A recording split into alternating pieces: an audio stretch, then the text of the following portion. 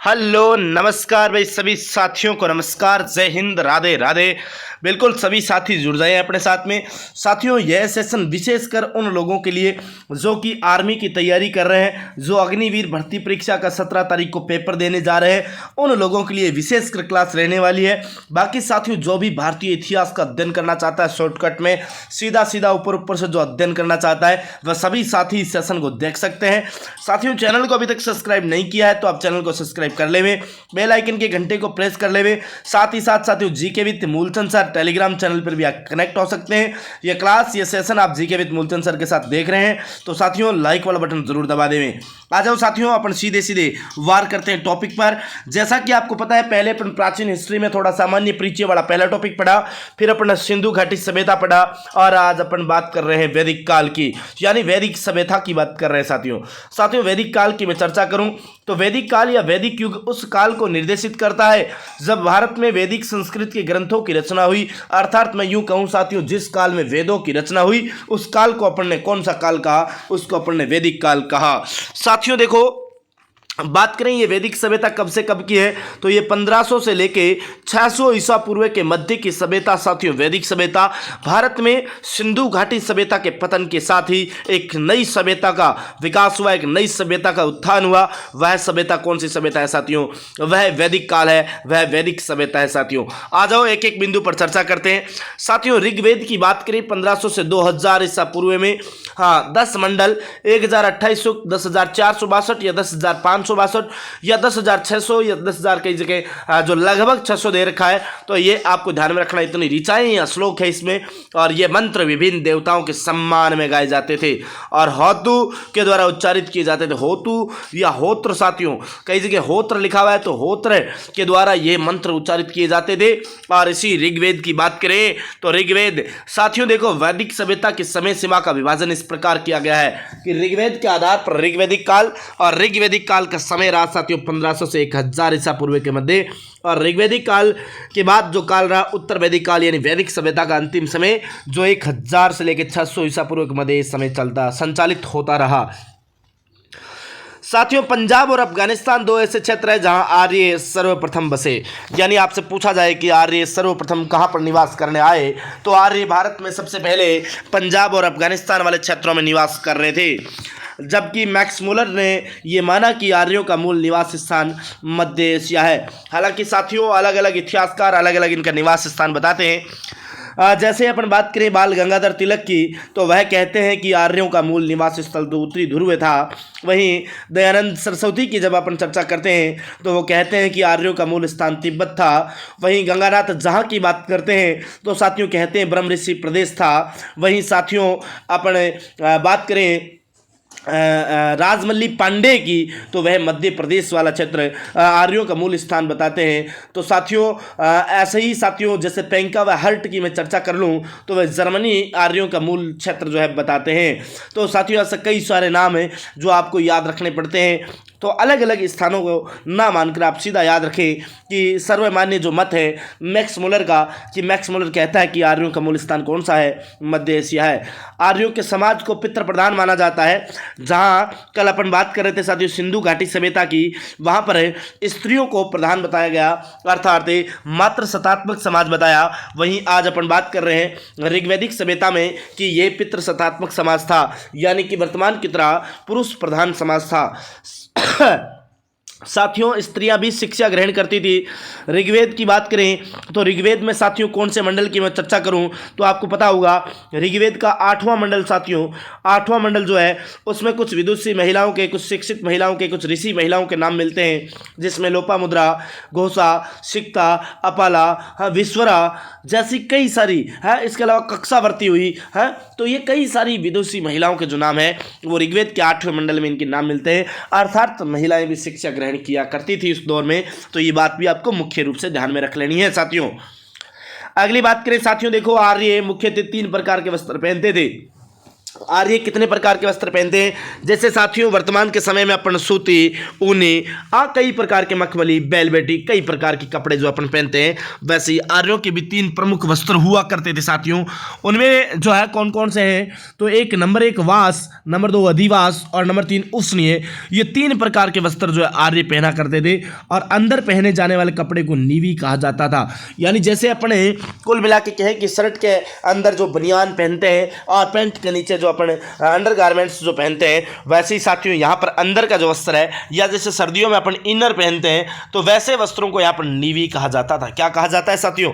नीवी कहा जाता था। आ जाओ अगला देखो साथियों, वेद और उनके ब्राह्मण ग्रंथ। साथियों देखो मैं बात करूं कि अपने टोटल वेद है 4। कितने वेद है?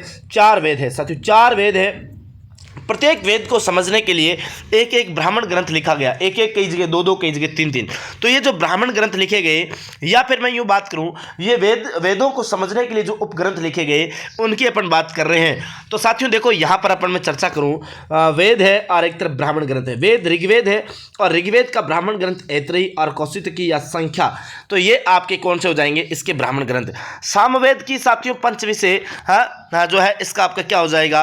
सामवेद का पंचविषय, षड्विषय, जामिने, ये तांडेय महाब्राह्मणम, ये आपके जो है इसके क्या हो जाते हैं? ब्राह्मण ग्रंथ हो जाते हैं। यजुर्वेद की बात करें साथियों, तो यजुर्वेद में शतपथ और इसके अलावा अपन बात करें तैत्तिरीय जो है, इसका आपके क्या हो जाएगा साथियों? ये इसके ब्राह्मण ग्रंथ। सबसे प्राचीन और सबसे वृहद ब्राह्मण जो है वह आपके कौन सा? शतपथ को कहा जाता है साथियों। अथर्ववेद का जो उपवेद है, मैं बात करूँ जो ब्राह्मण ग्रंथ है, उसे गोपथ के नाम से जाना गया है और ये चिकित्सा, विज्ञान, सौंदर्य और जादू पर एक रचना है। ये बात आपको ध्यान में रखनी है। अगला देखो साथियों, बृहदारण्यक 108 उपनिषदों में सबसे प्राचीन उपनिषद है। यानी कि टोटल उपनिषदों की बात करें, सीधा पूछा जाए कि साथियों उपनिषदों की संख्या कितनी है, तो टोटल 108 उपनिषद अपने संचालित है। उनमें से भी बृहदारण्यक जो उपनिषद है वह सबसे प्राचीन उपनिषद है साथियों। ऋग्वेद के अनुसार प्रसिद्ध दास राजन या दशराज्ञ जो युद्ध है वो 10 राजाओं के मध्य का युद्ध है। सूद, तित्सु परिवार में राजा भरत एवं 10 सुप्रसिद्ध जनजातियों के संग पुरु, यदु, अनु, द्रुमु, अनिले, पाठक, बलहन, शिवा, विष्णु के मध्य ये युद्ध हुआ था। ये बात आपको ध्यान में रखनी है साथियों, ये आपको ध्यान में रखना है। राजा सुदास जो है वे राजा सुदास एक तरफ था और एक तरफ साथियों 5 आर्य और 5 अनार्य राजा हुआ करते थे। 5 आर्य और 5 अनार्य राजाओं के मध्य युद्ध हुआ जिसमें राजा सुदास क्या वे विजय रहे साथियों। युद्ध का प्रमुख कारण था कि राजा सुदास के दरबार में प्रधान पुरोहित जो विश्वामित्र हैं उनको हटा करके उनके स्थान पर ऋषि वशिष्ठ को दर्जा देना, ऋषि वशिष्ठ को रखना, और इसी कारण ये क्या हुआ? इतना बड़ा युद्ध हुआ। ध्यान में रखना साथियों, सभा और समिति लोकप्रिय सभाएं थी वैदिक काल की और वैदिक राज्यों की कार्यवाहियों को नियंत्रित किया करती थी। ये बात भी आपको साथ के साथ में ध्यान रख लेनी है।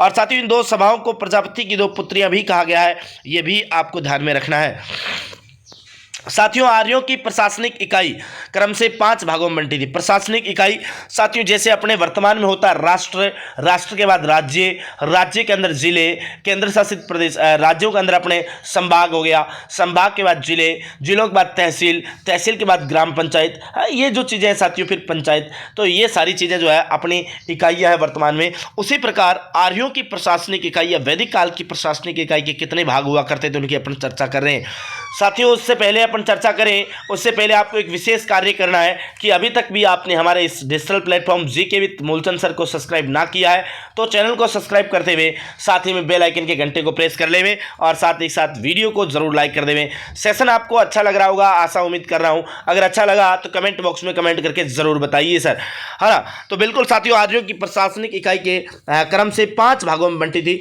जिसमें कुल या परिवार, फिर ग्राम या गाँव, विश्व या गोत्र, जन या लोग, राष्ट्र यानी देश। सबसे ऊपर जो इकाई होती वह राष्ट्र हुआ करती थी साथियों, बिल्कुल ध्यान में रखना है। और सबसे अंत की इकाई कुल या परिवार जिसकी अपन बात कर रहे हैं वो हुआ करती थी साथियों। वैदिक आर्य प्रकृति की शक्तियों की पूजा करते थे, प्राकृतिक शक्तियों की, प्राकृतिक बहुदेववाद में विश्वास करते साथियों। प्राकृतिक बहुदेववाद यानी कि ये जैसे मान लो पृथ्वी है, जैसे पेड़ पौधे हैं, जैसे वायु है, जैसे आकाश है, जैसे सूर्य है, इन सभी की क्या किया करते? पूजा किया करते साथियों। इन लोगों ने पूजा ऊर्जा इस प्रकार से प्रारंभ की होगी कि मान लो कभी भयंकर भूकंप आया, पृथ्वी डगमगा रही होगी और लोग डर रहे होंगे, एक दूसरे को देख रहे होंगे भाई ये क्या हो रहा है, और लोगों ने कहा होगा हे पृथ्वी माता है अपने इस प्रकोप को कम कर ले, हम आपको प्रसाद चढ़ा देंगे, और पृथ्वी क्या बन गई साथियों, देवी बन गई।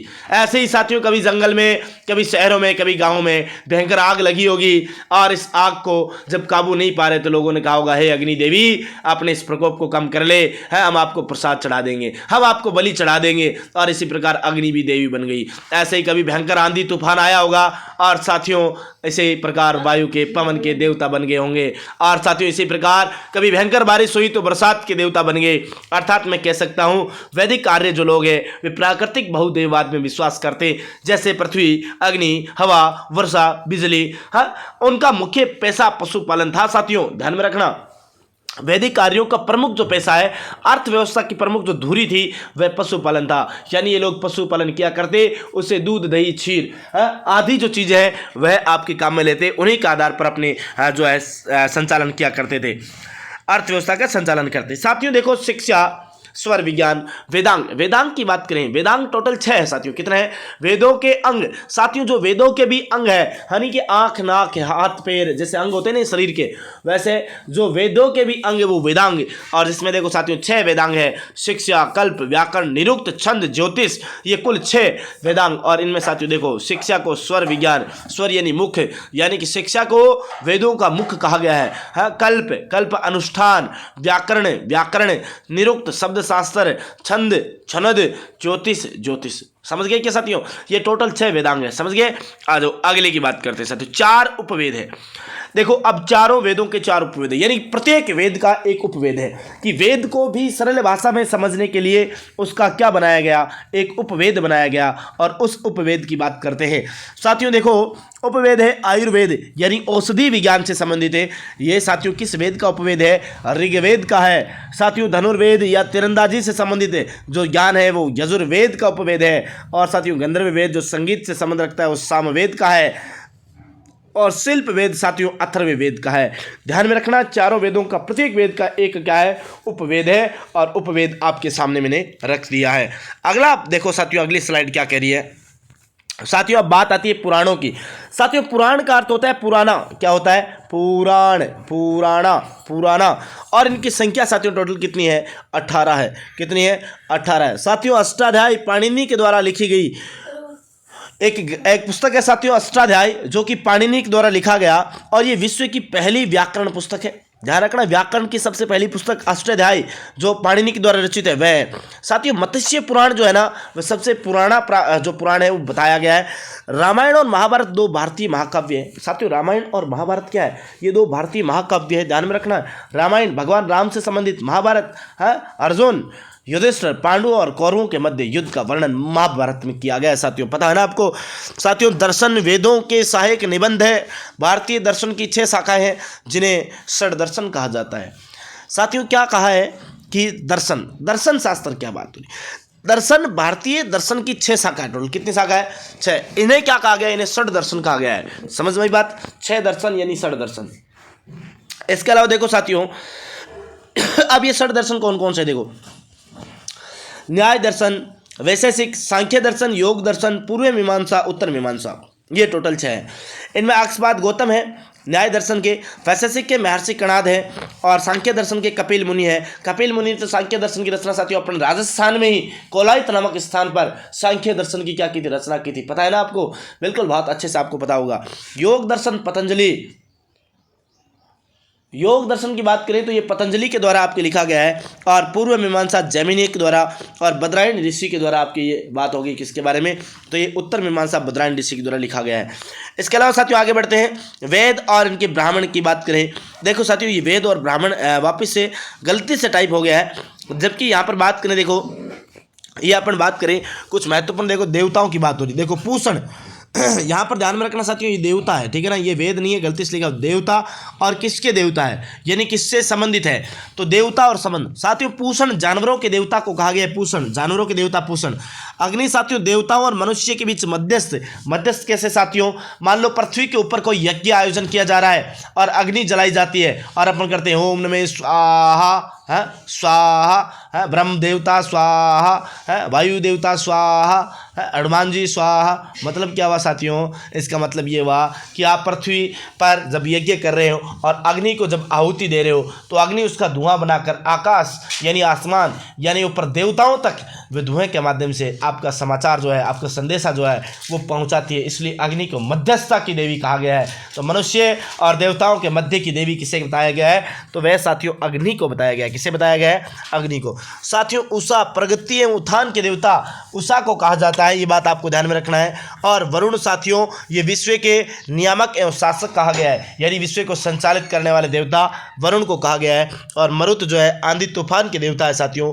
और दई जो है ये आकाश के देवता है। इंद्र जो है युद्ध एवं वर्षा के देवता है। और साथियों सोम वनस्पति के देवता है। और आश्विन विपत्तियों को दूर करने वाले देवता है। और विष्णु विश्व के पालन करता है, ध्यान में रखना है साथियों, बिल्कुल। अगला देखो प्राचीन नदियां और उनके आधुनिक नाम। साथियों उस समय की वैदिक काल की नदियों के आधुनिक नाम क्या क्या है। साथियों वैदिक काल की नदी वितस्ता को वर्तमान में झेलम कहा जाता है। उस समय की अस्किनी को वर्तमान में चिनाव कहा जाता है। उस समय की पुरुषनी को वर्तमान में रावी कहा जाता है। और उस समय की विपाशा को व्यास कहा जाता है। और उस समय की शतुद्रु को सतलज कहा जाता है। और उस समय की गोमती को गोमल कहा जाता है। और कुंभा को काबुल कहा जाता है। तो सदा नीरा को गंडक कहा जाता है। तो सरस्वती को घग्गर कहा जाता है। बात अच्छे से समझ में आई होगी साथियों। अभी तक भी आपने हमारे इस digital platform GK with Moolchand sir को सब्सक्राइब ना किया हो तो साथियों चैनल को पहले सब्सक्राइब कर ले हुए बेल आइकन के घंटे को प्रेस करते हुए लाइक वाला बटन जरूर दबा देवें। और साथ ही साथ आप हमारे Telegram channel GK with Moolchand sir से आप कनेक्ट हो सकते हो, जहां पर आपको हर प्रकार की पीडीएफ में उपलब्ध करवाता रहता हूं। तो वहां पर आप जरूर कनेक्ट हो जाए साथियों, ठीक है ना। बिल्कुल साथियों आगे बढ़ता हूं अगले पेज की ओर। आ जाओ साथियों, अगला क्या कह रहा है, विद्वान और उनकी संरक्षक। देखो साथियों, देखो क्या कह रहा है, कुछ महत्वपूर्ण विद्वान जिनको संरक्षक जो है उनको संरक्षण किसने दिया, इनके बारे में बात कर रहे हैं साथियों। हेमचंद्र सूरी का आपने नाम सुना होगा। इनको अनिलवाड़ा के चालुक्य कुमारपाल ने संरक्षण दे रखा। नागार्जुन को कनिष्क ने दे रखा। अमर सिंह को चंद्रगुप्त विक्रमादित्य ने दिया। रवि कीर्ति को पुलकेशिन ने दिया। जबकि वागपति राज को कनौज के यशोवर्मन ने दिया। बहुभूति को कनौज के यशोवर्मन ने दिया। हरिसेन को समुद्रगुप्त ने दिया। राजशेखर को प्रतिहारों के महिपाल और महेंद्रपाल ने दिया। और बाण भट्ट को हर्ष ने दिया। ये कुछ महत्वपूर्ण शासकों ने साथियों वैदिक काल के जो महत्वपूर्ण लेखक हुए उनको आपके संरक्षक दे रखा था साथियों। दंडी नरसिंह वर्मा पल्लव ने दिया। भारवी को सिंह विष्णु पल्लव ने दिया। और गुणाढ़े को सातवाहन के हल जो शासक है उन्होंने दिया। और जिनसेन को राष्ट्रकूट के अमोघ वर्ष ने दिया।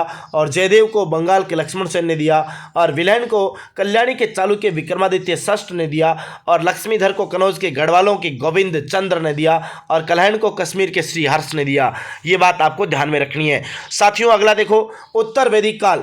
अब बात करते हैं साथियों उत्तर वैदिक काल की, यानी वैदिक काल का भी अंतिम काल। हाँ, उस काल की अपन बात कर रहे हैं साथियों। 1000 से 600 ईसा पूर्व के मध्य के समय को अपन उत्तर वैदिक काल के समय के नाम से जानते हैं। हालांकि 1500 से लेकर 1000 ईसा पूर्व के मध्य के समय को अपन किस नाम से, ऋग्वैदिक काल के नाम से जान रहे थे साथियों। उत्तर वैदिक काल में समाज 4 वर्णों में विभाजित हो गया।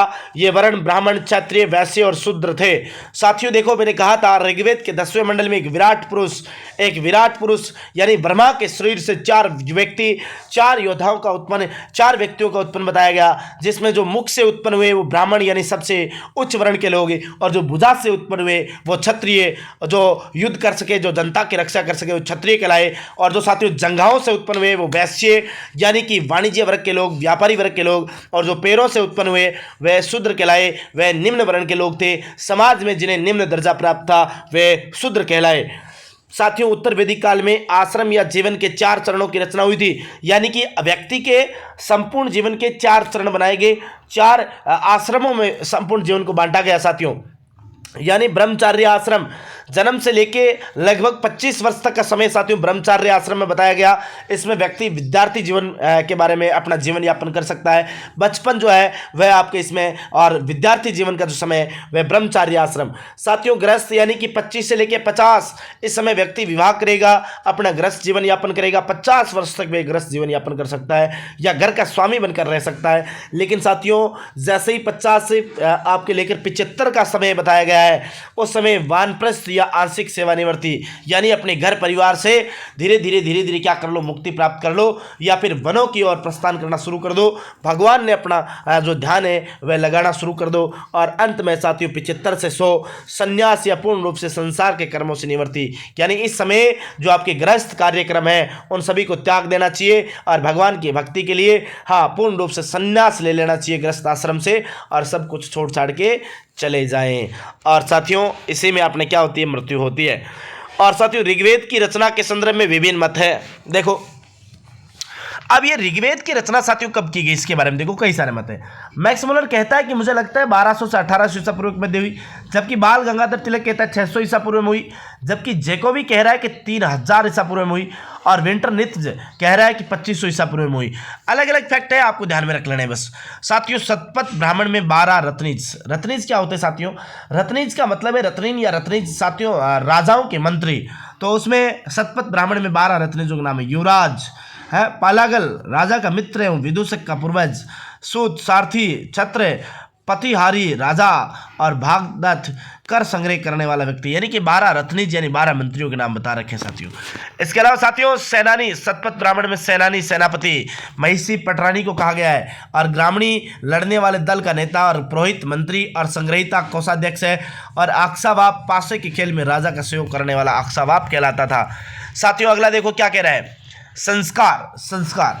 संस्कारों का शास्त्रीय विवेचन सर्वप्रथम बृहदारण्यक उपनिषद जो है वहां से प्राप्त होता है, और संस्कारों की संख्या भी अलग अलग बताई गई है, परंतु अधिकांश विद्वान 16 संस्कारों को ही मान्यता देता है। ये 16 संस्कार निम्नलिखित है, यानी कि टोटल जो संस्कार बताए साथियों, मानव जीवन के टोटल कितने संस्कार साथियों? 16 श्रृंगार 16 संस्कार। बात समझ आ रही क्या? हाँ, हालांकि अलग अलग विद्वान अलग अलग संख्या भी बता देते हैं, लेकिन जो ज़्यादातर विद्वानों का मत है वह बताते हैं कि जो संस्कार है वो टोटल कितने हैं साथियों? 16 संस्कार बताए गए हैं। अब वो 16 संस्कार कौन कौन से उनको जाने, उससे पहले साथियों एक छोटा सा निवेदन रहेगा कि अभी तक भी आपने हमारे digital platform GK with Moolchand sir को सब्सक्राइब ना किया है तो साथियों चैनल को सब्सक्राइब कर लेवे, और साथियों बेल आइकन के घंटे को जरूर प्रेस कर लेवे। साथ ही साथ साथियों वीडियो अगर आपको पसंद आ रहा है तो लाइक जरूर कर देवे, और अच्छा लग रहा है तो ऐसे वीडियो और प्राप्त करना चाहते हैं आप तो साथियों आप एक बार क्या कर देवें, आप कमेंट बॉक्स में जाकर कमेंट जरूर कर देवें कि आपको ये वीडियो कैसा लगा, ये सेशन कैसा लगा। साथियों हाँ, आप टेलीग्राम चैनल पर भी हमारे साथ कनेक्ट हो सकते हैं। जीके विद मूलचंद सर नाम से हमारा टेलीग्राम चैनल है, वहाँ पर भी आप कनेक्ट हो सकते हैं। और साथियों विशेष सूचना, विशेष बात ये ध्यान में रखना कि वहाँ पर मैं हर प्रकार की PDF, हर प्रकार के अपडेट डालता रहता हूँ, कई सारे प्रश्नोत्तरी भी वहाँ पर डालता रहता हूँ, तो वहाँ पर भी आप कनेक्ट हो जाएं। साथियों अब 16 संस्कार कौन कौन से देखो। गर्भाधान, साथियों गर्भाधान यानी कि जब गर्भ धारण किया जाता है उसमें भी एक उचित मुहूर्त देखकर आपके गर्भ धारण किया जाए। पुंसवन संस्कार, सेमंतोनयन, जातकर्म, नामकरण, निष्कर्मण, अन्नप्राशन, चोलकर्म है साथियों, ये जातकर्म है, ठीक है ना, ये चोलकर्म जो है जातकर्म है, ठीक है। करण भेदन है, विद्यारंभ है, उपनयन है, वेदारंभ है, केशांत है, समावर्तन है, विवाह है, और अंत्येष्टि है। अंत में साथियों आदमी की अंत्येष्टि हो ही जाती है। 16 संस्कार है। अब साथियों विवाह के प्रकार बात करें, यानी कि जो वैदिक सभ्यता है साथियों, इस वैदिक सभ्यता में विवाह के 8 प्रकार बताए गए लगभग, और उनमें जो महत्वपूर्ण है वो ये रहा साथियों, असुर विवाह, कन्या को खरीद कर किया गया विवाह, यानी कि कन्या का वधू का मूल्य चुकाया गया, और मूल्य चुकाकर अगर विवाह कर रहे हो तो असुर विवाह। गंधर्व विवाह साथियों, 2 पक्षों की स्वीकृति से, यानी कुल मिलाकर लव मैरिज, यानी लड़का लड़की राजी तो क्या करे काजी। साथियों गंधर्व विवाह का विशेष रूप से जो उदाहरण है वो स्वयंवर या स्वेच्छा से चयनित पात्र से विवाह करना, ये गंधर्व विवाह। परम विवाह की बात करें साथियों, कन्या पक्ष के द्वारा उपयुक्त दहेज देकर कन्या के उसी वर्ण के पुरुष के साथ वैदिक संस्कार और अनुष्ठान के साथ साथियों सबसे उच्च कोटि का विवाह बताया गया, ब्रह्म विवाह को। हाँ, यानी कि सब कुछ जो वर्तमान का जो विवाह होता है अरेंज मैरिज जिसको आप कहते हो, उस आधार पर किया गया विवाह ब्रह्म विवाह कहला रहा है। इसके अलावा देखो साथियों देव विवाह, यानी पिता अपनी पुत्री को यज्ञ करवाने वाले पुरोहित को ही दक्षिणा के रूप में दे दे, उसके साथ विवाह करवा दे, तो वह आपके देव विवाह। अर्श विवाह, वधु की कीमत के रूप में गाय या बैल दिया गया। अर्श विवाह साथियों यानी कि वधु की कीमत पैसे के रूप में ना चुकाकर एक गाय और एक बैल की जोड़ी देकर आपको क्या करना, विवाह करना। और प्रजापति विवाह साथियों, दहेज या वधु की कीमत के लिए किया गया विवाह, यानी साथियों दहेज है या वधु की कीमत लिए भी नहीं, यानी साथियों ब्रह्म विवाह के जैसा ही है, लेकिन साथियों इसमें दहेज नहीं लिया गया है। ये आपके आपके प्रजापति विवाह। पैशाच विवाह, यदि एक लड़की का सतीत्व हरण यानी लड़की का अपहरण कर लिया गया या उसके साथ रेप जैसे कृत्यों को अंजाम दे दिया, बलात्कार जैसी क्रियाओं को कर लिया गया और उसके बाद उसको मानसिक रूप से टॉर्चर करके साथियों उसके साथ विवाह कर लिया जाए, यानी जब लड़की निंद्रा में सो रही हो या मानसिक रूप से अचेत हो या नशे में हो, उस समय साथियों उसके साथ गलत करके जबरदस्ती विवाह के लिए राजी करना, वो पैशाच विवाह। और राक्षस विवाह साथियों, कन्या या लड़की से विवाह, उसे पकड़कर या कैद में रखकर साथियों किया गया विवाह जो है राक्षस विवाह कहलाता है। साथियों महाजनपद की बात करें अपन, साथियों अगली अपन चर्चा करें अपने महाजनपदों के ऊपर चर्चा करें। साथियों महाजनपद टोटल कितने हुए? महाजनपद हुए टोटल साथियों 16। कितने जनपद हुए? 16 महाजनपद हुए। साथियों महाजनपद राजधानी और उनका वर्तमान क्षेत्र अपन चर्चा करने वाले हैं। साथियों महाजनपदों की चर्चा करें तो गांधार महाजनपद जो है उसकी राजधानी तक्षशिला रही थी और अफगानिस्तान का ये हिस्सा रहा है। कंबोज साथियों रायपुर इसकी राजधानी रही है और कश्मीर और अफगानिस्तान के हिस्सा रहा है। असमक की साथियों पोतना राजधानी रही है, गोदावरी घाटी के आसपास का क्षेत्र कहलाता है। और साथियों इसके अलावा देखो असमक की बात होगी। वत्स, साथियों वत्स की बात करें कौसंबी राजधानी मालवा और मध्य प्रदेश के आसपास का क्षेत्र, और अयंती या अवंती साथियों उज्जैन और आपके जो ये आपके जो मध्य प्रदेश के आसपास का क्षेत्र रहा है साथियों, ये आपके प्रादेशिक का एक भाग जो है आपके मध्य प्रदेश का, यहाँ पर दिखा हुआ देखो मालवा और मध्य प्रदेश का एक भाग रहा है। इसके अलावा सूरसेन की बात करें साथियों, सूरसेन जो है मथुरा इसकी राजधानी रही, उत्तर प्रदेश में मथुरा आपके वर्तमान क्षेत्र रही। चैदी की बात करें तो सुक्तिमती इसकी राजधानी रही और मध्य प्रदेश में बुंदेलखंड वाला क्षेत्र ये वर्तमान का है। और मल की बात करें साथियों कुशीनारा और पूर्वी उत्तर प्रदेश या पावा जो महावीर स्वामी से संबंध रखता है वह आपको पता होगा। कुरु साथियों हस्तिनापुर और दिल्ली और मेरठ का वर्तमान का क्षेत्र। और मत्स्य साथियों विराट नगरी या जयपुर और अलवर का ये क्षेत्र जो है ये हो जाएगा। और वज्जी साथियों ये वैशाली या उत्तरी बिहार की बात करें। और अंग की बात करें चंपा और बिहार में भागलपुर और मुंगेर वाला क्षेत्र। काशी साथियों बनारस हो जाएगी इसकी राजधानी और वाराणसी वर्तमान का। कौशल श्रावस्ती उत्तर प्रदेश में अवध। और मगध साथियों गिरिवर्ज या राजगृह इसकी राजधानी हो जाएगी और बिहार में पटना और गैया वाला क्षेत्र। पांचाल की बात करें आई छत्रपुर साथियों उत्तर प्रदेश में, रोहिलखंड जो है आपके क्या हो जाएगा ये इसका वर्तमान क्षेत्र हो जाएगा। इसी के साथ में साथियों अपने जो वैदिक सभ्यता वाला जो पार्टीशन है वह हुआ आपका पूर्ण रूप से समाप्त। साथियों अभी भी आपने चैनल को सब्सक्राइब ना किया हो, जीके विद मूलचंद सर जो अपना चैनल है यूट्यूब प्लेटफॉर्म, तो साथियों चैनल को सब्सक्राइब कर लें, बेल आइकन के घंटे को प्रेस करते हुए साथ ही लाइक वाला बटन जरूर दबा दें। और ये वीडियो कैसा लगा, ये सेशन आपको कैसा लगा, कमेंट बॉक्स में कमेंट के माध्यम से हमें जरूर सूचित करें, जरूर अवगत करवाएं। और साथियों ऐसे ही और सेशन प्राप्त करने के लिए कमेंट बॉक्स में कमेंट करके आप हमें सूचित कर सकते हैं, अवगत करवा सकते हैं। फिर मिलते हैं साथियों नेक्स्ट सेशन में, तब तक के लिए आप सभी साथियों को बहुत बहुत धन्यवाद। जय हिंद, जय भारत, नमस्कार, राधे राधे।